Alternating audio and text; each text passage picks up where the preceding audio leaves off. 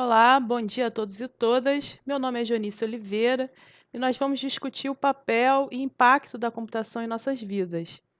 Bom, então, para começar essa apresentação, me apresentar um pouquinho, né? Eu sou professora do Departamento de Ciência da Computação do Instituto de Matemática da UFRJ e atuo também no programa de pós-graduação em informática como membro titular.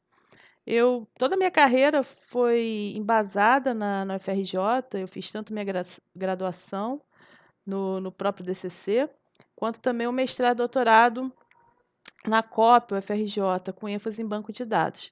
Apesar da área, né, de formação ser banco de dados, toda a minha pesquisa ela tem sido calcada numa área chamada computação social, principalmente na interseção entre o tratamento e extração de conhecimento de Big Social Data com a parte de análise de redes sociais, visando sempre o tratamento de problemas reais, análise de multidão e grandes eventos, análise de grandes centros urbanos e também tentando promover o bem-estar das populações negligenciadas. Bom, e o que seria essa área de computação social? Tá? Computação social, na verdade, ela não é uma área nova, esse termo ele surgiu na década de 90, tá? E, na verdade, é uma área multidisciplinar que visa a observação do comportamento humano. Uma definição que eu gosto bastante é do Schuller, que define computação social como um conjunto de tecnologias para a criação, disseminação, coleção, processamento ou uso de informação distribuída através de grupos sociais.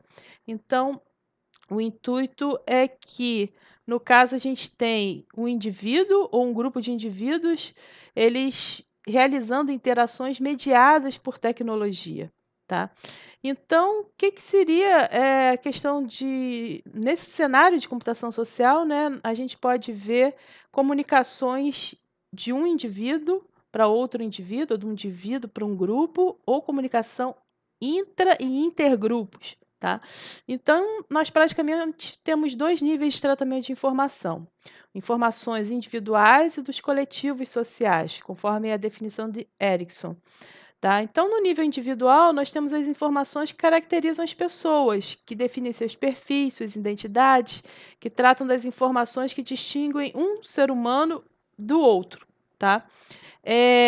Quando, no caso, esses indivíduos se associam e formam coletivos sociais, grupos, equipes, comunidades, organizações, nós estamos, no caso, tentando analisar principalmente a interação entre as pessoas e como esses grupos são formados. Atualmente, né, além dessa distinção do indivíduo com o grupo, a gente tem a interação com outros elementos trazidos aí pelo próprio avanço tecnológico.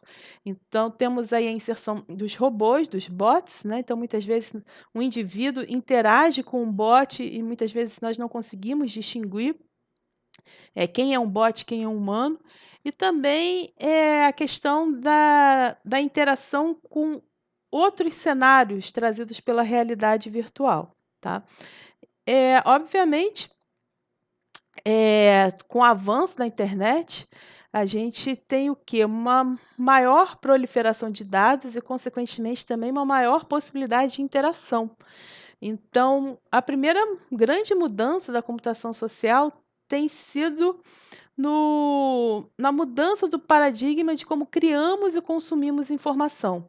Então, se antigamente a mídia tradicional, né, ela era responsável pela transmissão de uma informação para muitas pessoas, né, aquela transmissão broadcast, através de TVs, de rádio, de cinemas, até mesmo de jornais impressos, a gente também tinha a comunicação um para um, né? Ou seja, um indivíduo se comunicando, seja por carta, por fax, por telefone, para outra pessoa, tá?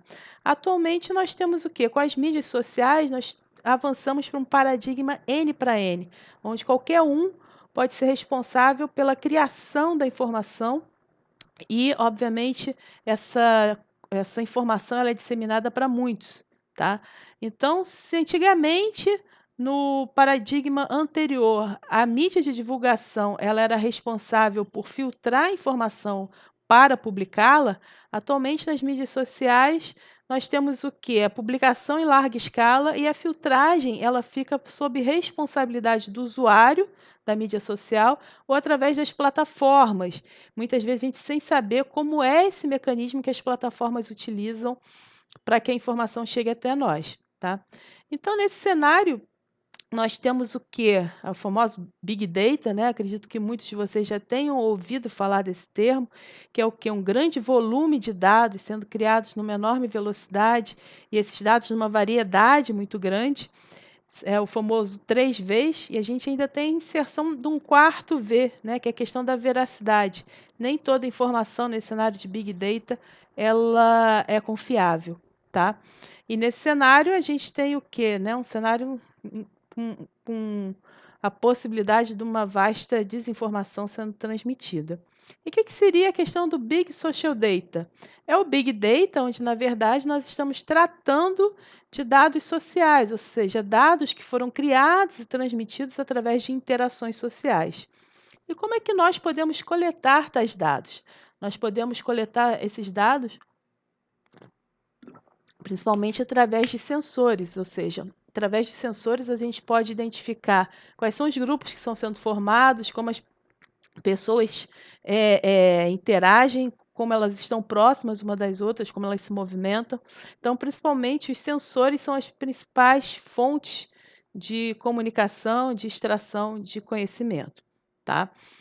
Então, esse sensoriamento ele pode ser feito de diferentes maneiras através do sensoriamento físico, né, principalmente através de dispositivos móveis, ou seja, num celular, por exemplo, a gente tem vários sensores embutidos no aparelho, tá? E um exemplo disso é exatamente o uso do sensoriamento do celular para a identificação para o cálculo do isolamento social durante a pandemia de Covid, ou seja, através da localização do celular, é que está é uma da desculpa, deixa eu refrasear. A localização do usuário através do celular é que permite com que seja calculado, estimado o grau de isolamento da população durante a pandemia, tá? E no caso, nós temos outros sensores espalhados pela cidade, né, presos no chão, postes, ônibus, lixeiras, são responsáveis por coletar diferentes tipos de dados, inclusive a questão da poluição do ar, né, qualidade da iluminação pública e assim por diante, tá. Mas no caso, os sensores físicos eles não são os únicos responsáveis por coleta de informações de interações sociais. Nós temos também o chamado sensoriamento virtual, e ele pode ser obtido principalmente o quê? Pelas mídias sociais. Ou seja, através das mídias sociais nós temos ali os dados que o usuário expõe, sejam texto, imagem, vídeo, voz, reações como like, dislike, como também o conjunto de metadados que vão nos ajudar a fazer um sensoriamento, que muitas vezes é complementar ao sensoriamento físico. Por quê? Numa cidade, nós não, de repente não temos a possibilidade de ter sensores espalhados pela cidade, mas certamente grande parte da população ela é usuária de uma mídia social, tá? E através das mídias sociais, a população ela consegue identificar eventos, então muitas vezes os eventos eles são reportados mais rápidos, de uma maneira mais rápida pela mídia social do que por um jornal, por exemplo. A população consegue reportar e descrever problemas de sua cidade. Um cidadão também pode expressar sua opinião e sentimentos a respeito de determinados acontecimentos ou decisões. E, além disso, podemos, através da análise das mídias sociais, reconhecer o senso comum, como também a dinâmica da cidade, encontrando ali os principais problemas, as principais necessidades, tá? Eh, e através desse sensoriamento, seja ele físico, né, ou virtual, a gente consegue gerar determinados tipos de conhecimento, tá? E nesse caso eu vou separar conhecimento em 2 domínios, né, em 2 grupos. Um que eu vou chamar especialistas de domínio, que são pessoas que detêm um conhecimento muito específico a respeito de um determinado assunto, e o conhecimento de multidão ou sociedade, né, ou seja, um grupo de pessoas que convivem de forma coletiva, mas não necessariamente eles são especialistas, tá? Então, eu vou chamar esse grupo principalmente de multidão. Em relação à questão de especialistas de domínio, né, nós temos o uso da computação social muito na questão de identificar um conhecimento especializado, também questão da comunicação entre domínios, ou seja, às vezes um mesmo problema ele é atacado, ele é estudado por grupos com conhecimentos diferentes. Então, às vezes, numa doença, por exemplo, uma doença, ela pode ser estudada a partir do grupo da nutrição, a partir do grupo da microbiologia, a partir, né, do pessoal da medicina e assim por diante. Além disso, a gente pode utilizar esses especialistas de domínio para verificação de notícias, como também ajudar a popularização da ciência. O que seria isso? Auxiliar com que o conhecimento científico ele seja melhor disseminado para um grupo de leigos, tá? Então, um exemplo muito prático foi no cenário da Zika, onde, na verdade, os especialistas, eles decidiram abandonar os meios de publicação usuais, por quê? Porque o conhecimento científico, ele normalmente ele é disseminado através das publicações.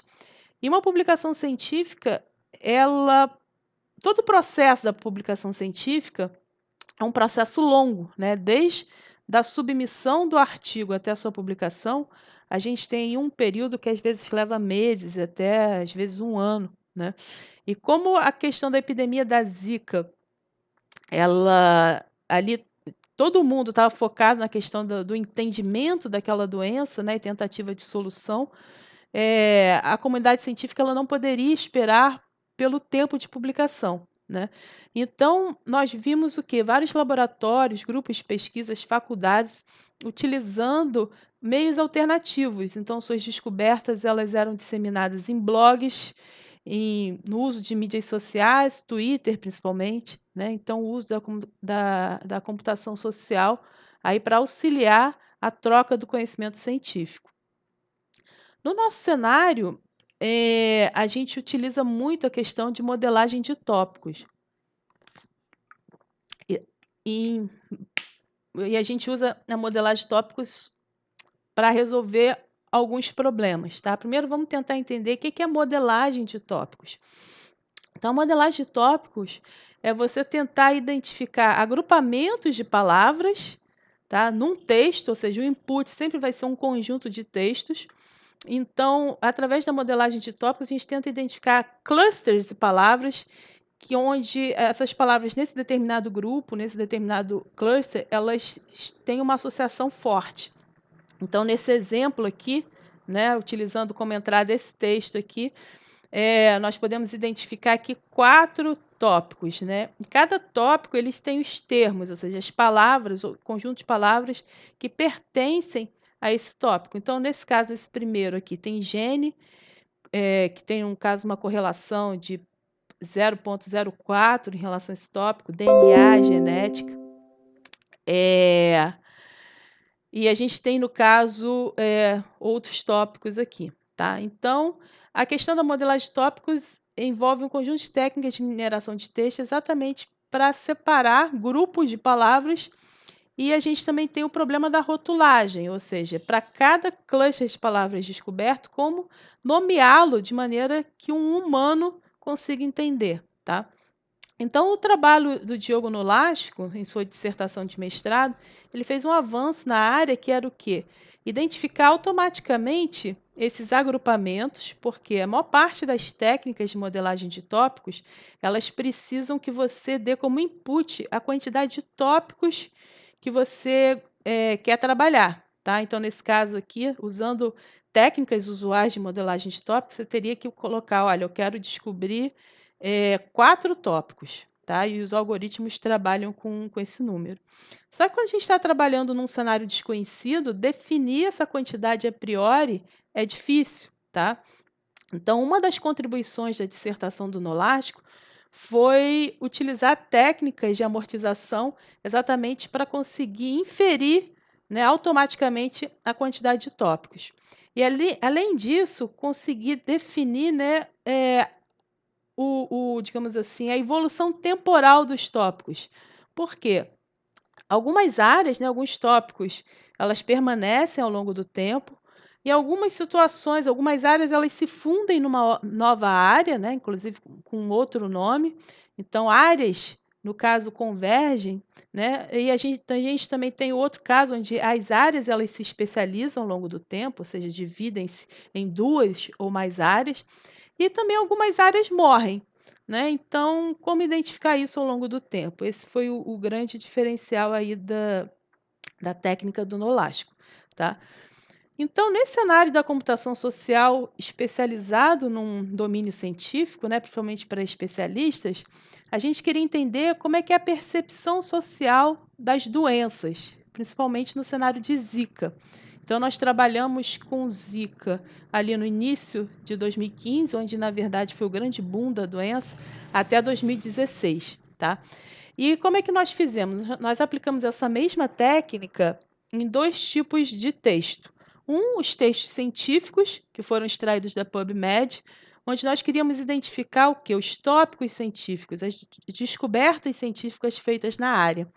E o outro, que são a gente queria identificar o que a população falava, que nós chamamos de tópicos sociais, nós aplicamos a mesma técnica de modelagem de tópicos no Twitter, né? Ou seja, nós extraímos todas as conversas que mencionavam Zika e extraímos esses tópicos, tá? Então, antes da gente realizar as análises, nós fizemos uma primeira avaliação. Se os tópicos descobertos, sejam eles sociais ou científicos, se eles faziam sentido, tá? Então, os tópicos científicos, ou seja, aqueles que nós descobrimos automaticamente minerando os artigos científicos publicados na PubMed, nós comparamos com um mapa da doença produzido pela Organização Mundial de Saúde, tá? E realmente conseguimos identificar que os tópicos que nós descobrimos faziam sentido. E os tópicos sociais nós comparamos com a linha do tempo produzida pela Fiocruz, ou seja, é o grupo de ciências sociais da Fiocruz, no caso da Rede Zika, eles analisando todas as reportagens da época, eles construíram uma linha do tempo. E nós, no caso, comparamos os nossos resultados com os deles, tá? Então, uma vez que nós extraímos os tópicos, nós conseguimos algumas informações interessantes, né? Ou seja, esses aqui são os tópicos científicos. Então, a gente tem o quê? Primeiro, a menção ao vírus, né? O Zika vírus. Segundo, ele sendo considerado uma epidemia. A menção do Zika vírus na Bahia, que foi assim, a primeira grande porta de entrada do vírus, e além disso, a descoberta, né, a associação da microcefalia foi feita na Bahia, tá? A associação do Zika com dengue, a descoberta, né, da relação da microcefalia e assim por diante. Agora vamos para os tópicos sociais, né? Desculpa. A partir dos tópicos sociais, a gente conseguiu ver algumas preocupações da população. Ou seja, primeiro, um possível relacionamento entre a empresa Monsanto e a microcefalia, tá? Segundo, a possibilidade de afetar os Jogos Olímpicos. A terceira, a declaração da OMS de que a epidemia era um problema internacional de saúde pública, né? Ou seja, deixou de ser um problema local e começou a ser observado como um problema internacional. Notícias, né, preocupações sobre cuidados das grávidas em suas viagens. A menção de casos de Zika em outros países, né? E a doença começando a ser discutida em outros idiomas, como o espanhol. A disseminação em novos países, mecanismos de precaução, como a questão do uso de repelente, né? E assim por diante. Então, a gente, nesse estudo, né, que nós fizemos, a gente pôde meio que detectar que poucos tópicos científicos eles eram realmente discutidos pela sociedade, mas observando, monitorando as mídias sociais, e no nosso caso a gente utilizou o Twitter, nós conseguimos perceber, né, a evolução da preocupação ao longo do tempo, da preocupação da população ao longo do tempo. Usando essa mesma técnica, nós percebemos o seguinte, que comparando, né, fazendo a correlação dos tópicos sociais com os tópicos científicos, aqueles tópicos sociais que tinham uma baixa correlação com tópicos científicos, eles eram grandes candidatos a serem rumor, tá? Então, nesse cenário, nós descobrimos 5 tópicos que tinham baixa correlação com tópicos científicos. 3 foram considerados rumores na lista, estão inclusive listados na lista de rumores da OMS. Um tópico a gente não conseguiu distinguir, que ele estava mencionando que os sintomas da Zika eram iguais à da gripe, a gente não tem mecanismos de reconhecer se isso é verdadeiro ou falso. E no caso, um candidato que ele não era rumor, que na verdade era uma propaganda de um carro indiano chamado Zika, tá? Então reparem que com isso, né, através da modelagem de tópicos, além da gente conseguir identificar o que a população está falando ao longo do tempo, a gente também consegue identificar tópicos, né, ou seja, assuntos que estão ligados à desinformação, né? Então, se além, no caso da dimensão tempo, a gente também analisar a questão espacial, ou seja, utilizarmos análise georreferenciada, a gente realmente consegue analisar, né, inclusive onde e quando uma desinformação está sendo proliferada, tá? Então, baseado nesse estudo, onde a gente viu que existia uma certa assim, não tinha uma sintonia das descobertas científicas com que a população estava conversando, nós desenvolvemos um segundo trabalho, que é o Helm, que inclusive ele ganhou o prêmio da melhor dissertação no concurso de teses e dissertações do Web Media, tá? Qual que é o intuito do Helm? Ele tenta identificar o seguinte: quais são os pesquisadores que têm um grande impacto acadêmico e também aqueles pesquisadores que têm um alto impacto social. E com isso, a gente facilitar a escolha de qual que seria o melhor especialista para fazer a comunicação para a população, tá? Então, nesse cenário, o primeiro passo do Helm é traçar a rede social científica, ou seja, quais são os grupos que estudam aquele domínio, tá? Através de métricas de análise de redes sociais, principalmente baseadas em centralidade e na coesão do grupo, identificar ali o impacto acadêmico de cada pesquisador e baseado também em índices altimétricos o impacto social desse pesquisador. E com isso a gente pode analisar, por exemplo, Diamond, no caso, é um pesquisador do cenário de Zika, né? Ver o impacto dele por país, por localidade, e não só isso também, qual que é a melhor mídia para ele ser trabalhado, tá? Então, esse trabalho nós utilizamos no cenário de Zika, dengue, chikungunya. Foi uma parceria que nós fizemos com a Zika Alliance e a Fiocruz, principalmente pela rede Zika de Ciências Sociais. E atualmente nós estamos trabalhando no cenário de Covid, uma parceria da Fiocruz com a Wellcome Trust, tá? Então, reparem que até agora eu falei de cenário científico, né? E no cenário de multidões,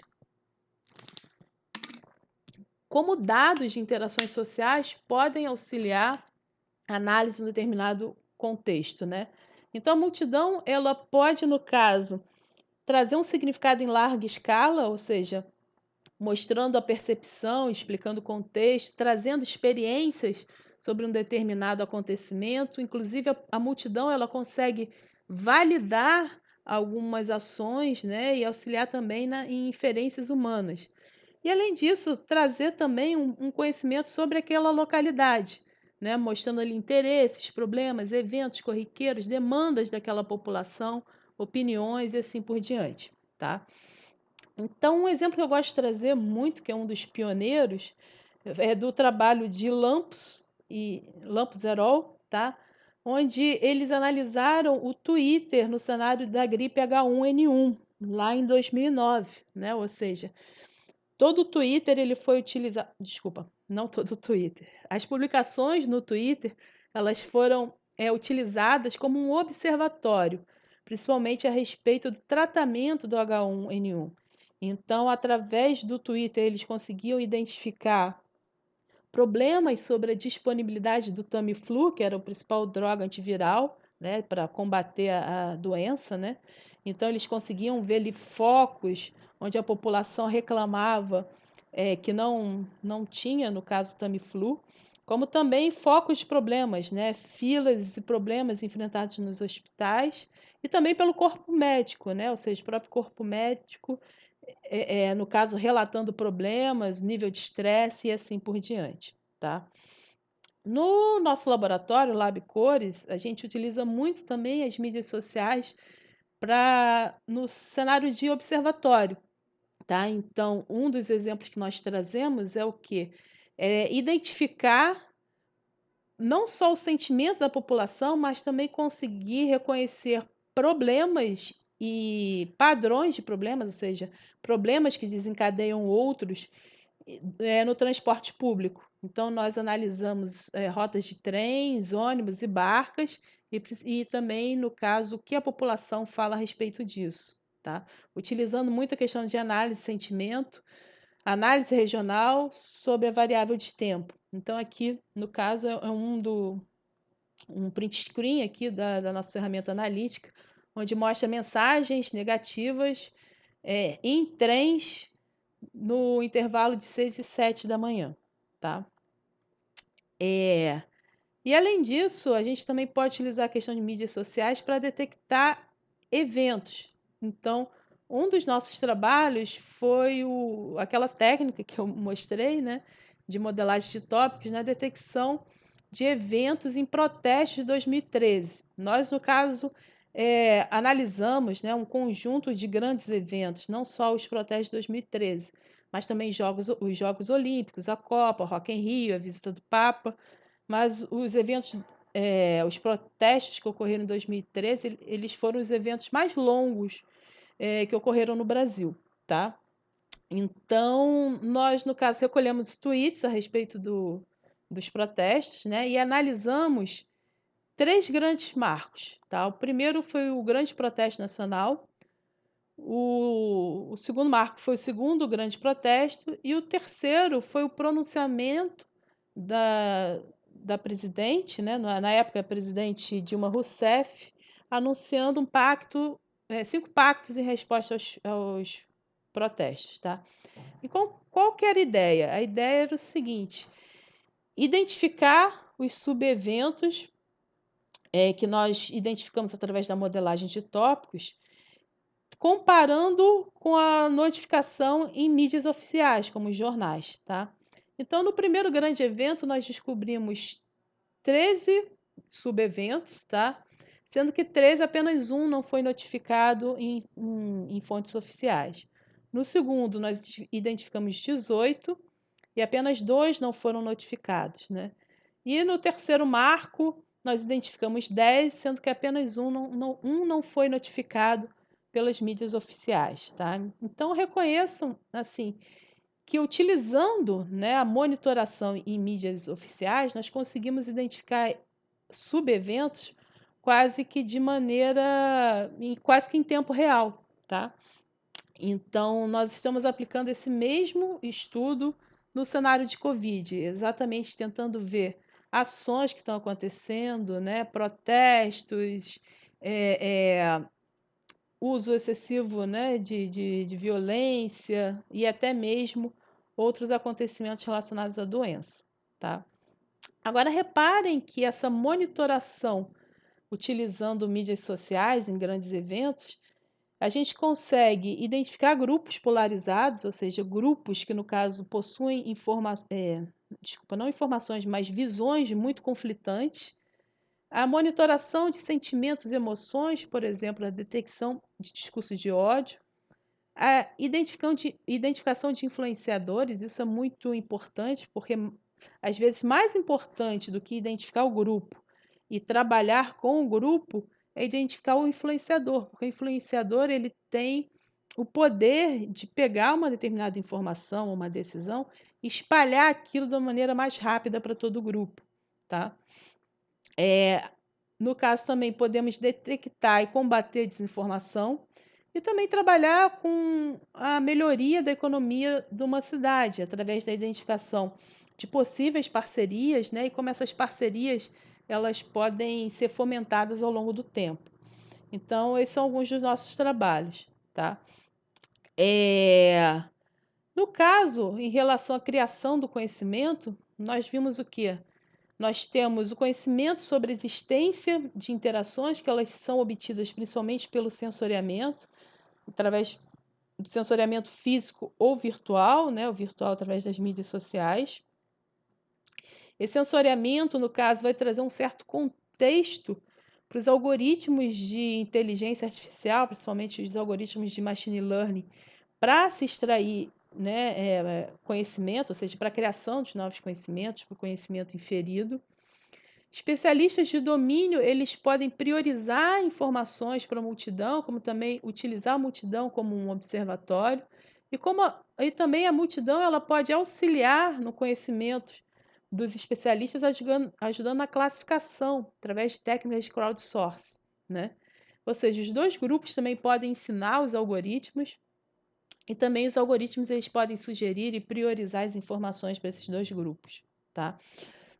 Agora vamos pensar o seguinte, né? A parte de computação social não é só um mar de rosas, né? Ela traz alguns desafios e problemas. E que desafios e problemas são esses, né? Um que eu gostaria de ressaltar é a questão do feedback loop, ou seja, o que seria isso? É uma tentativa de fazer com que o usuário ele fique sistematicamente de uma maneira contínua naquela plataforma, tá? Ou seja, quanto mais tempo o usuário ficar naquela plataforma, mais tempo a plataforma vai conseguir aprender sobre o usuário, né? Então, como é que é esse feedback loop, né? As mídias sociais recomendam itens que são agradáveis para o usuário, ou seja, que estão de acordo com seus interesses, com suas opiniões políticas e partidárias, né? Ou seja, para o usuário permanecer na plataforma, aquilo tem que ser agradável, tá? Então, as mídias sociais recomendam novos itens que sejam realmente relacionados ao perfil dele. Então, que itens são esses? São novas informações, novas recomendações de grupos, amigos, eventos, né? O usuário aceita aquilo, dependendo da reação do usuário a respeito daquele item, como, por exemplo, comentários positivos, likes, etc. Essas reações, elas podem ser recompensadas. Essa recompensa pode ser feita pela plataforma através de esquemas de gamificação ou através do próprio grupo social, né? Ou seja, os amigos daquele usuário veem que ele curtiu alguma coisa ou veem que, no caso, ele está participando de um novo grupo, ele começa uns comentários, né? Ou seja, o grupo social apoia aquilo. Então, mediante essas respostas, o algoritmo de predição aprende mais sobre o perfil do usuário, aperfeiçoa seu algoritmo de recomendação e, com isso, existe esse loop infinito, tá? Obviamente, nós temos alguns resultados. Um primeiro resultado desse feedback loop é a questão da criação de filtros bolhas, né?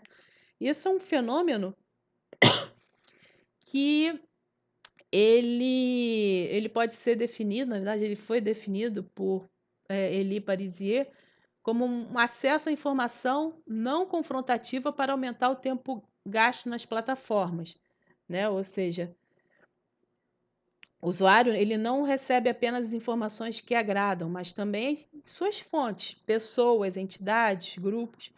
E com isso, os usuários, eles separam-se das informações que desagradam, que são opostas ao seu ponto de vista. Consequentemente, nós temos o quê? Um isolamento cultural ou ideológico. Ou seja, a pessoa só recebe informação a respeito daquilo e do que ela acredita, do que ela gosta, e ela vai permanecendo naquela realidade paralela. Consequentemente, os filtros de bolhas causam um outro problema, que é a questão da câmara de eco. O que seria isso? Isso é uma descrição metafórica de uma situação onde existe o que potencialmente é um exercício inconsciente de viés de confirmação.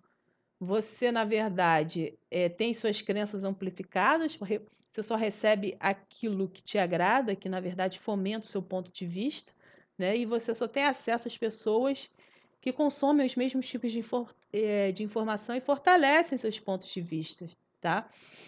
Então, a questão da câmara de eco, ela pode aumentar a polarização social e política, trazendo intolerância, extremismo e, em alguns casos, até a morte, tá? Esses problemas, eles demandam uma atenção maior em dois cenários. Quando a gente está trabalhando em cenários de proliferação de doenças, como endemias, epidemias, por quê? Porque o tempo de propagação da doença é muito alto e, no caso, uma desinformação correndo em câmaras de bolha, né? Ou pessoas que defendem, por exemplo, questões de antivacina sendo alimentadas por esse tipo de informação, elas podem trazer sérios problemas em relação ao combate à doença. E o outro cenário que também demanda muito a questão da atenção é durante períodos eleitorais, porque desde o início de um período da propaganda eleitoral até o segundo turno, é um período muito curto, tá? Então, quando a gente está trabalhando com desinformação, até uma desinformação ela ser identificada e ser combatida, de repente não é o tempo suficiente para se eleger alguém, tá? Então, esses são dois cenários onde a questão tempo é muito importante.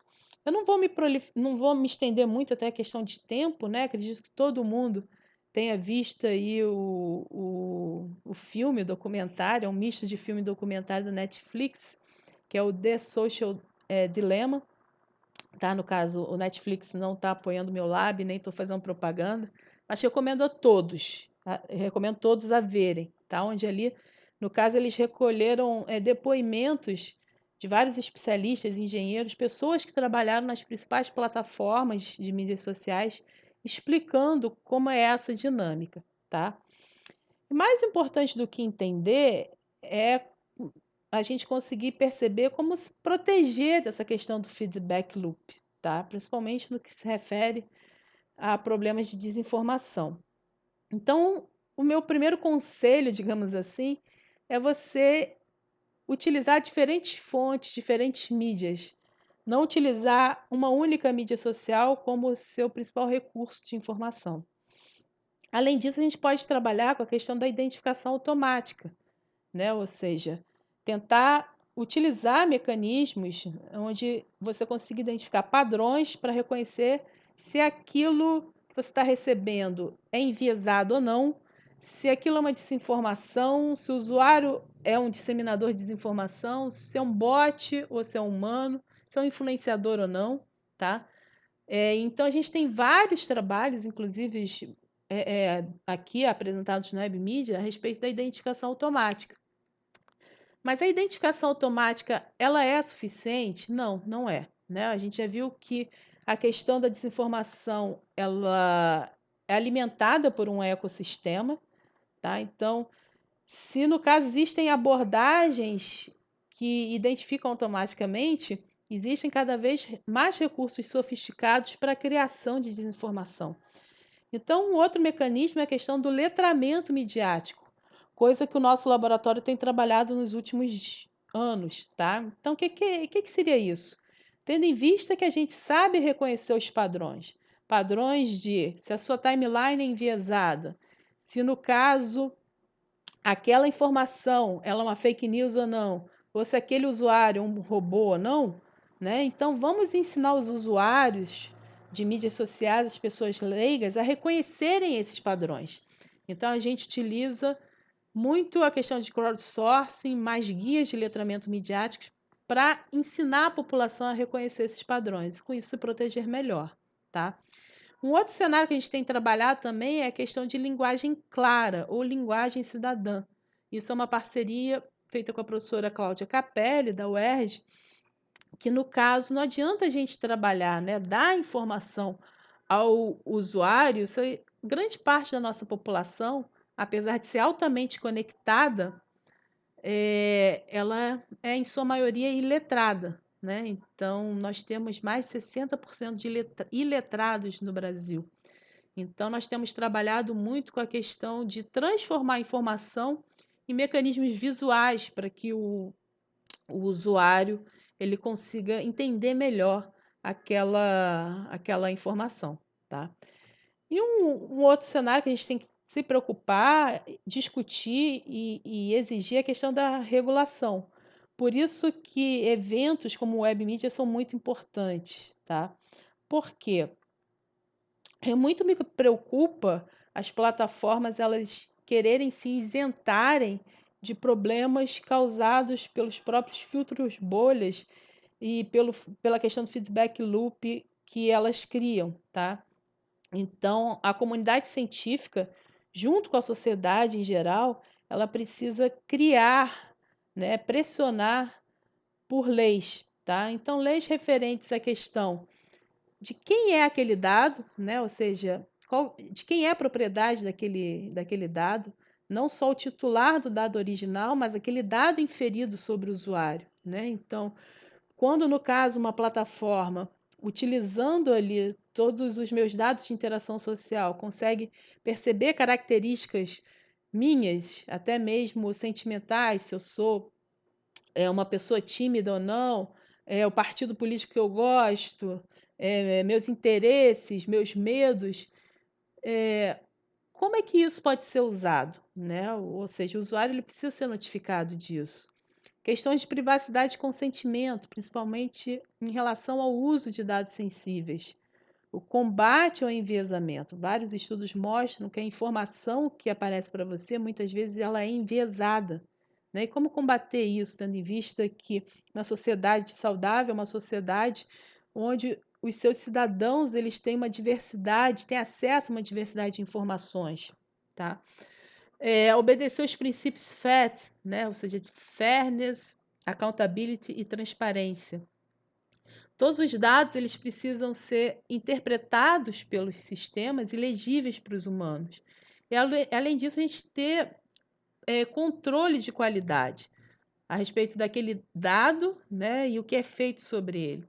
E com isso, a gente pode aprender com outros mercados que já estão bem estabilizados, como questão no mercado automobilístico, farmacêutico, ou seja, quando um medicamento traz algum problema, ou quando existe, no caso, algum problema com um determinado veículo, ou com uma série de veículos, existe a questão, padrões já em questão de reclamações, de processos, né? E quando isso acontece com resultados do uso de plataformas de mídias sociais, por exemplo. Quando, no caso, uma plataforma ela interfere diretamente no combate de uma doença ou numa eleição. Quais são as penalizações que têm que ser feitas, né? Então a gente tem que procurar por regulamentações a respeito disso.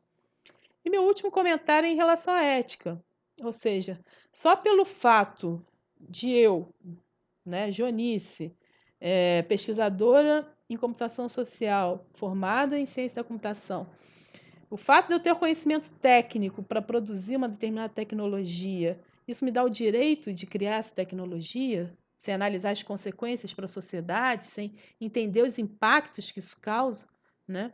Então, a questão da ética, eu vou chamar de uma disciplina, de uma área, né? Uma área multidisciplinar e que precisa ser cada vez mais discutida, inserida nos currículos de computação. Isso já está acontecendo com outras grandes universidades pelo mundo, tá? Então, para encerrar, eu realmente queria agradecer o convite a toda a organização do evento, aos meus companheiros do Lab Cores, né, a toda a minha equipe, sem eles eu não estaria aqui, e principalmente a vocês que estão assistindo essa palestra, que certamente muito me ajudam a enriquecer o debate, permitir a troca do conhecimento. Para encerrar, essa apresentação ela está no meu site, tá? Como também minhas publicações. E esse é meu contato para quem quiser, no caso, discutir um pouquinho a respeito desse tema que me atrai e me instiga bastante. Então, muito obrigada a todos e todas e até breve. Um beijo.